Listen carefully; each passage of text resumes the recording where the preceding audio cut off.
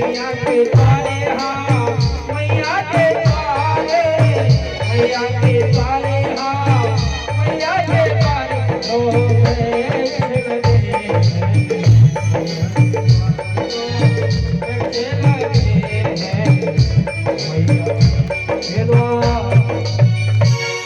कितने वृक्ष लगे हुए? 2 वृक्ष लगे हुए, ताड़ के वृक्ष। और उन वृक्षों की महिमा क्या है? पिछले जन्म में गंधर्व की संतान क्या थे? गंधर्व। एक का नाम मणिग्रीव था, दूसरे का नाम नलकूबर था। लेकिन मत वालों की नाई निर्वस्त्र होकर स्नान कर रहे थे। नारद मुनि ने देखा, बोले पागल हो गए, अरे तुम गंधर्व हो? बोले महाराज तो बोले तुमने वृक्षों की नाई, जिस प्रकार से वृक्ष निर्वस्त्र रहते हैं उस प्रकार से वृत्ति को अपनाया है, इसलिए जाओ हमारा श्राप है, वृक्ष बन जाओ। संत महात्मा पहले श्राप देते थे, पता? आज के संत महात्मा श्राप दें तो भक्त कहे कि महाराज एक बाटल नहीं, एक बाटल और बढ़ा कर देंगे। पहले के समय में श्राप को डरते थे, अब तो घटाघट लेते हैं। देवसी नारद जी महाराज ने कहा जाओ वृक्ष बन जाओ। मणिग्रीव नलकूबर ने प्रार्थना किया, भगवान अपराध तो किया हमने, तो इसके लिए कोई तो साधन होगा। बोले एक ही साधन है। साधन क्या है? कि साक्षात परमात्मा जब तुम्हारा उद्धार करेंगे तब तुम्हारा उद्धार होगा, अन्यत्र नहीं। आज जब ओखली से बांधे गए परमात्मा बांधने की कोशिश में यशोदा ने किया, भगवान को स्मरण हुआ इन वृक्षों का भी तो उद्धार करना है। एक एक रस्सी ला करके बांधे मैया, एक एक रस्सी ला करके मैया बांधना चालू की। एक राउंड लगाती है, गठान बांधने में जब समय आता है 4 अंगुल रस्सी कट जाती है। पूरी रस्सियों को बांध दिया मैया ने, लेकिन जितनी रस्सियां भी लाए तो 4 अंगुल कम जाए। अब तो महाराज ने सोचा, इसने मैया यशोदा ने सोचा अब रस्सी नहीं, अब रस्सी नहीं, अपने लाला को रस्सा से बांधूंगी। कई रस्सियों को ज्वाइंट कर करके मैया ने बांधा, लेकिन संयोग देखे जब गठान लगाने में जब समय आता था तो रस्सी 4 अंगुल कम जाती थी।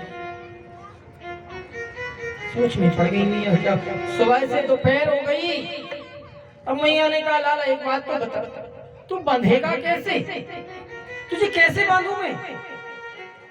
भगवान कहते हैं मैया तो मुझे अगर बांधना चाहती है तो प्रेम की डोर से बांध ले मुझे।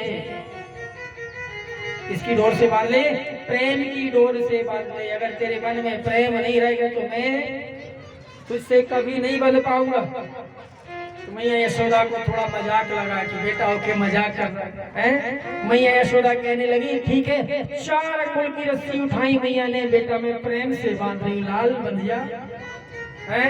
परमात्मा मुस्कुराते, 4 अंगुल की रस्सी में मेरे भगवान बंध गए। आचार्य श्री सुखदेव जी महाराज राजा परीक्षित से कहते हैं भगवान को बांधने के लिए, अपनाने के लिए जरूरत काय की होनी चाहिए?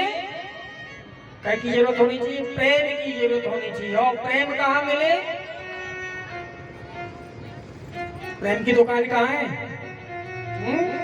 अपने अंदर, अपने हृदय में होनी चाहिए। वो कहीं से और नहीं बटोरना है, अपने अंदर ही प्रेम को उत्पन्न करना है। जब अपने अंदर से प्रेम उत्पन्न हो जाएगा, अपनापन उत्पन्न हो जाएगा। प्रेम कैसे करें? परमात्मा से प्रेम करना है, कैसे करें? जिस प्रकार से हम अपनी बिटिया से प्रेम करते हैं, जिस प्रकार से पत्नी से प्रेम करते हैं, जिस प्रकार से बेटा से प्रेम करते नहीं करते? सुबह हुआ तो बेटा में दृष्टि जाती है, उठ जा, स्नान कर ले, पूरा ध्यान देते नहीं देते? पूरा ध्यान देते हम अपनी संतान में। शादी विवाह होने के बाद भी अपने बेटा में हम पूरा ध्यान रखते कि नहीं रखते?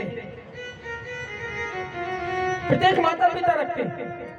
उसी प्रकार से अगर हम भगवान से प्रेम करते हैं तो हमें भगवान का आश्रय लेना चाहिए, भगवान पर हमारी विशेष दृष्टि होनी चाहिए। लेकिन कुछ मांगना नहीं चाहिए, कुछ भगवान से मांगने की जरूरत नहीं है। अगर आप प्रेम करते हो तो और अगर आपके अंदर स्वार्थ है, यानी चलो पूजा कर ले तो कम से कम पाप तो कट जाएंगे, कुछ नहीं होने वाला, वो प्रेम नहीं है, वो स्वार्थ है। क्योंकि प्रेम त्याग का नाम है, दूसरों को खुशी देने का नाम प्रेम है।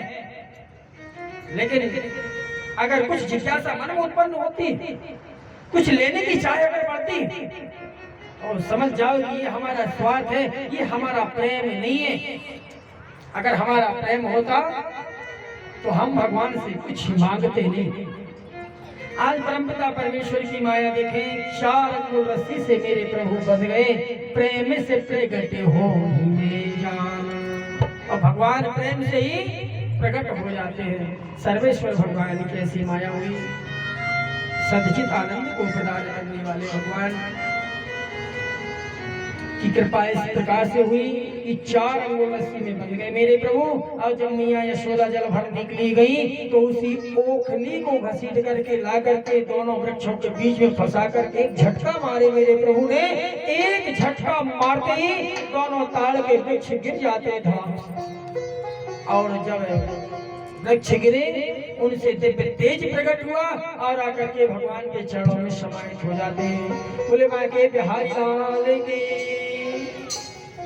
परंतु जब मैया यशोदा को पता चला, मैया यशोदा दौड़ करके आती है, पुत्र को उठाई, नंदा बाबा से कहा अब हमें गोकुल में रहना ही नहीं है। फिर बोले सब मिलकर के वृंदावन में प्रवेश करेंगे, वृंदावन को चलेंगे और वृंदावन में भगवान शिव की जो नगरी है वहां पर निवास करेंगे। भगवान कृष्ण चलने योग्य हो चले हैं, धीरे धीरे चलना सीख लिए थे प्रभु ने। तो भगवान परमपिता परमेश्वर भगवान श्री कृष्ण अपनी मैया और बाबा को लेकर के, सारे ग्वाल वालों को लेकर के और वृंदावन की ओर प्रस्थान करते हैं। बोले वृंदावन धाम की, वृंदावन धाम अपार, भज राधे राधे राधे।